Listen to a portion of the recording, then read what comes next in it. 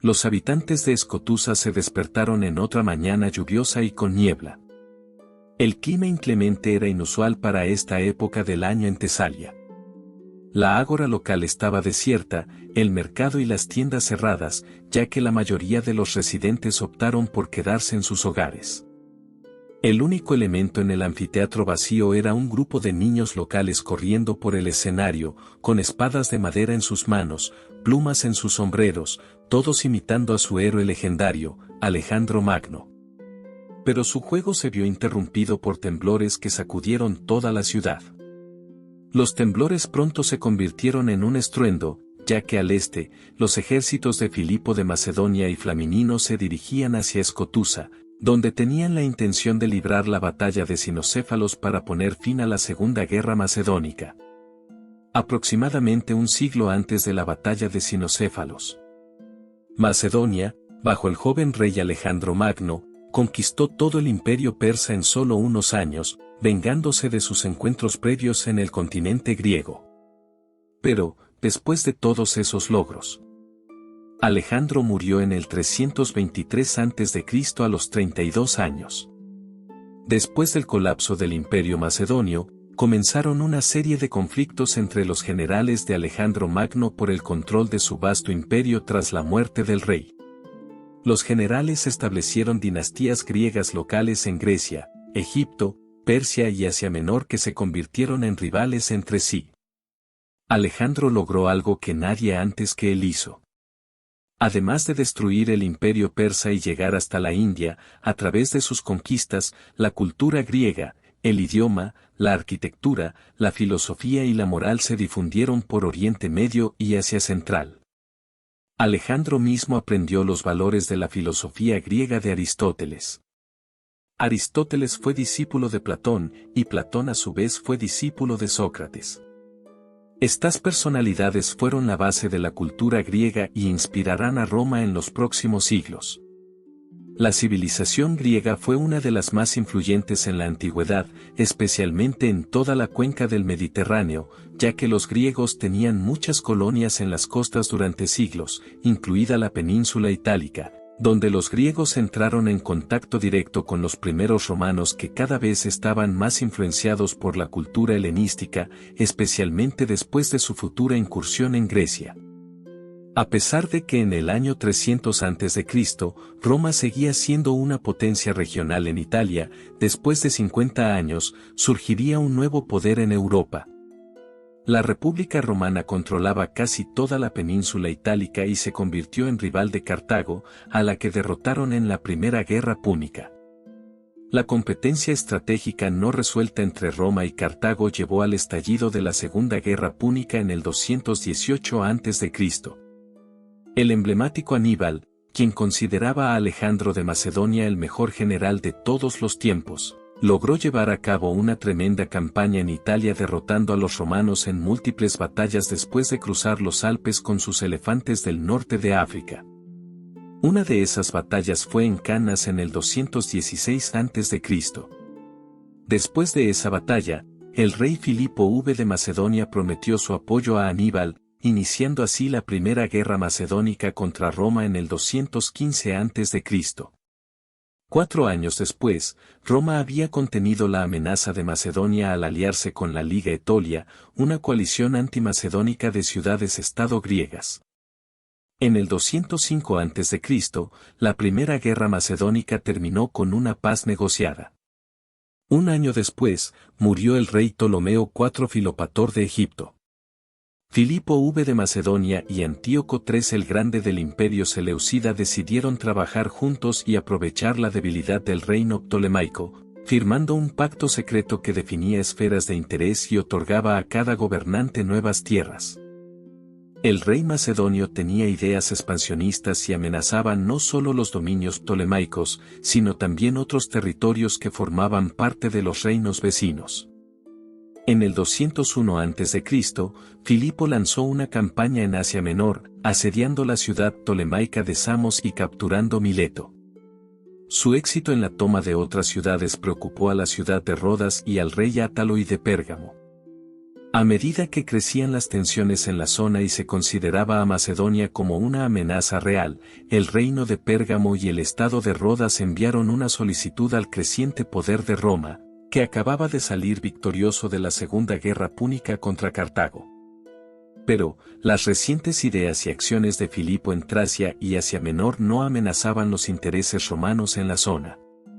Las acciones de los macedonios estaban dirigidas directamente contra los estados griegos del sur, ya que Filipo apoyaba incursiones en Ática contra los atenienses. Poco después de enviar la solicitud, el rey Átalo I de Pérgamo llegó a Atenas con embajadores de Rodas y convenció a los atenienses de declarar la guerra a Macedonia. Debido a las embajadas que los romanos recibieron de Pérgamo, Rodas y Atenas, además de algunos informes independientes, Roma comenzó a considerar la posibilidad de involucrarse directamente en la región. La asamblea que tenía el poder legal para declarar guerra se convocó. La mayoría de los miembros de la asamblea rechazaron la propuesta de guerra, principalmente debido al agotamiento causado por la reciente y costosa guerra contra Cartago, que dejó el sur de Italia en un estado caótico. Pero, en una segunda sesión, gracias a una declaración del cónsul Publio Sulpicio Galba que comparaba el creciente poder de Macedonia con invasores del pasado, como Aníbal de Cartago, la asamblea fue convencida para votar a favor de una guerra contra los macedonios. Mientras los romanos se preparaban nuevamente para la guerra, Filipo se mantuvo firme en su misión de expansión y sostenía un asedio en la ciudad de Abidos, mientras que su aliado, Antíoco, se ocupaba de su propia campaña en partes de Oriente Medio. Esta ausencia dejó más espacio para la avaricia de Filipo y sirvió como una mayor motivación para que los romanos intervinieran, antes de que el poder macedonio se convirtiera en una amenaza aún mayor. Roma primero buscaba disuadir a Filipo de seguir con su agresión y Marco Lépido, un embajador romano, finalmente logró alcanzar al rey macedonio durante el asedio de Abidos y ambos comenzaron a discutir los términos de Roma y las posibles opciones para frenar la expansión macedonia. Lépido instó al rey a abstenerse de atacar más territorios o posesiones pertenecientes a Ptolomeo y lo alentó a reunirse con los líderes de Rodas y Pérgamo para lograr la paz. Filipo se sintió agitado por esta demanda y afirmó que nunca había violado los términos del anterior tratado de paz con los romanos. La reunión se convirtió en una acalorada discusión de semántica, ya que el rey macedonio se volvía más terco en su posición. La súplica de Roma por una resolución no violenta resultó en vano y la discusión finalmente llegó a un abrupto final. Así comenzó la Segunda Guerra Macedónica. Roma tenía dos objetivos principales al entrar en conflicto militar con Macedonia. En primer lugar, estaban decididos a infligir una derrota lo suficientemente contundente a Filipo y sus tropas como para obligar al rey a abandonar sus políticas expansionistas y seguir las órdenes de los romanos en adelante. Además, querían ganarse a los griegos. Los romanos fueron estratégicos en su relación con Grecia y pretendían representarse a sí mismos como liberadores y protectores de la libertad griega. Para Filipo, el comienzo de esta guerra puede haberse debido a una drástica subestimación de los objetivos romanos. Muchos creen que el rey macedonio desconocía el esfuerzo que Roma estaba dispuesta a poner para detener su expansión, y es probable que no esperara la reacción de Antíoco, quien también recibió un conjunto de términos de Roma, a los cuales accedió. Esto no solo puso fin a la campaña de Antíoco contra Egipto, sino que también rompió su alianza con Filipo y sus esfuerzos macedonios. Al regresar con éxito de Abidos, Filipo se sorprendió al descubrir que Galba y 2 legiones del ejército romano ya habían desembarcado en Epiro. Decidiendo abordar esta nueva amenaza más adelante, curiosamente dirigió su atención hacia el Peloponeso. Mientras tanto, los romanos no perdieron tiempo en su ofensiva. Galba lideró a sus hombres en incursiones por el campo ilírico, y una segunda fuerza romana llegó a Atenas a pedido de los propios atenienses, que estaban sitiados por Filipo. Bajo el mando de Claudio Cento, estos 1000 hombres y 20 barcos acudieron en ayuda de los atenienses, pero fueron rápidamente distraídos por una súplica de los ciudadanos exiliados de Calcis para ayudarlos allí. Claudio llevó a sus hombres allí e hizo una incursión en Calcis que resultó triunfante. Los romanos infligieron grandes bajas y Filipo se enteró del ataque, apresurándose a Calcis con una fuerza de 5.000 hombres, incluyendo 300 jinetes, pero llegó tarde. Claudio y sus hombres ya se habían retirado, lo que llevó a los macedonios a realizar un viaje frenético de regreso a Atenas, donde esperaban evitar más pérdidas. Cuando Filipo y sus tropas llegaron a las murallas de la ciudad, se encontraron en batalla contra una coalición de fuerzas atenienses y atálidas, que los macedonios dispersaron antes de prender fuego a varias tumbas y santuarios fuera de la puerta. Renuentes a quedarse en un solo lugar durante mucho tiempo mientras se daban cuenta progresivamente de la creciente amenaza romana, Filipo cambió de rumbo y se dirigió hacia Corinto y luego a Argos. Aquí, encontró una asamblea celebrada por la Liga Aquea. El rey sobreconfiado intentó ganarse a los asistentes a través de un soborno de apoyo contra Nabis de Esparta, pero fue un fracaso devastador. Sin embargo, inquebrantable, Filipo cambió de rumbo una vez más y se encontró con uno de sus generales y otros 2.000 hombres adicionales. Los macedonios decidieron continuar y lanzaron 3 asaltos separados en la región de Ática, particularmente en Atenas, el Pireo y Eleusis, pero ninguno tuvo éxito. Para este momento, la situación para los macedonios se volvía más precaria, y Filipo decidió comenzar los preparativos para un enfrentamiento principal con los romanos. Tanto Roma como Macedonia intentaron establecer lazos diplomáticos con la Liga Etolia que pudieran convertirse en apoyo militar, pero ninguno de los dos bandos logró avanzar y la Liga se mantuvo neutral por el momento. Pero Roma no estaba sin aliados. A través de las campañas previas bajo Galba, mientras Filipo estaba ocupado en otro lugar, los romanos habían ganado el apoyo de otras ciudades-estado griegas.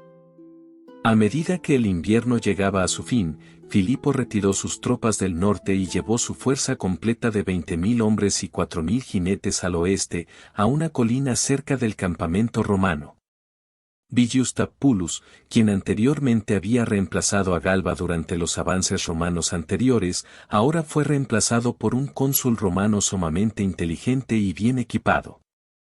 Flaminino era extremadamente astuto y hablaba griego con fluidez, lo que lo convertía en un candidato ideal para la guerra en Grecia.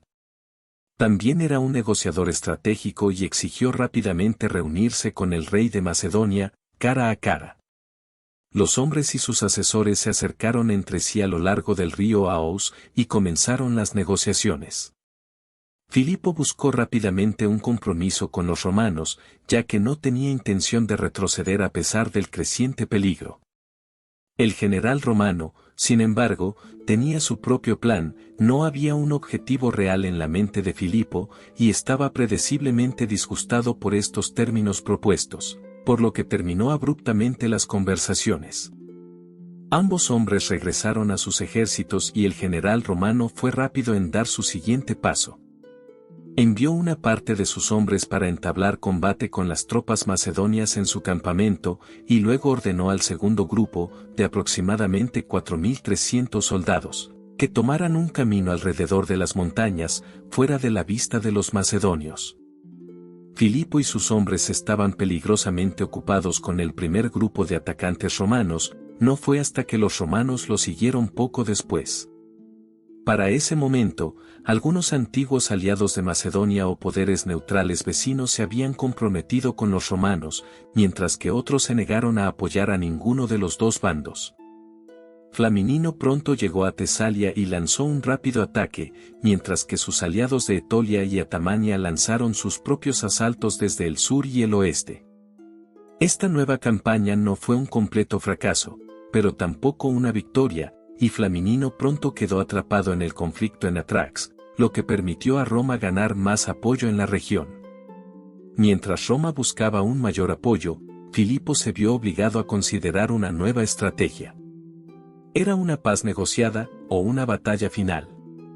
En noviembre del 198 AC, los macedonios, en un giro sorprendente, solicitaron conversaciones de paz con los romanos. Desesperado por salvar el éxito que había logrado hasta el momento, el rey macedonio estaba completamente consciente de la posición cuestionable en la que se encontraba.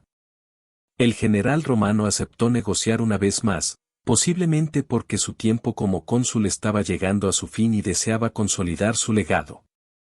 Los términos eran claros. Los aqueos querían que Filipo entregara Corinto y Argos, Rodas insistía en que los macedonios cesaran cualquier avance en Asia y el Helesponto, y los etolios no aceptarían menos que la devolución de todas las ciudades que les habían sido arrebatadas por los macedonios. Filipo estaba dispuesto a aceptar un compromiso o incluso la aceptación total de todos estos términos, pero se negó a renunciar a sus fortalezas en Calcis, Acrocorinto y Demetrias. Filipo propuso que la batalla de Cinocéfalos estaba a punto de comenzar. Si quieres la segunda parte, asegúrate de darle a like y comentarlo.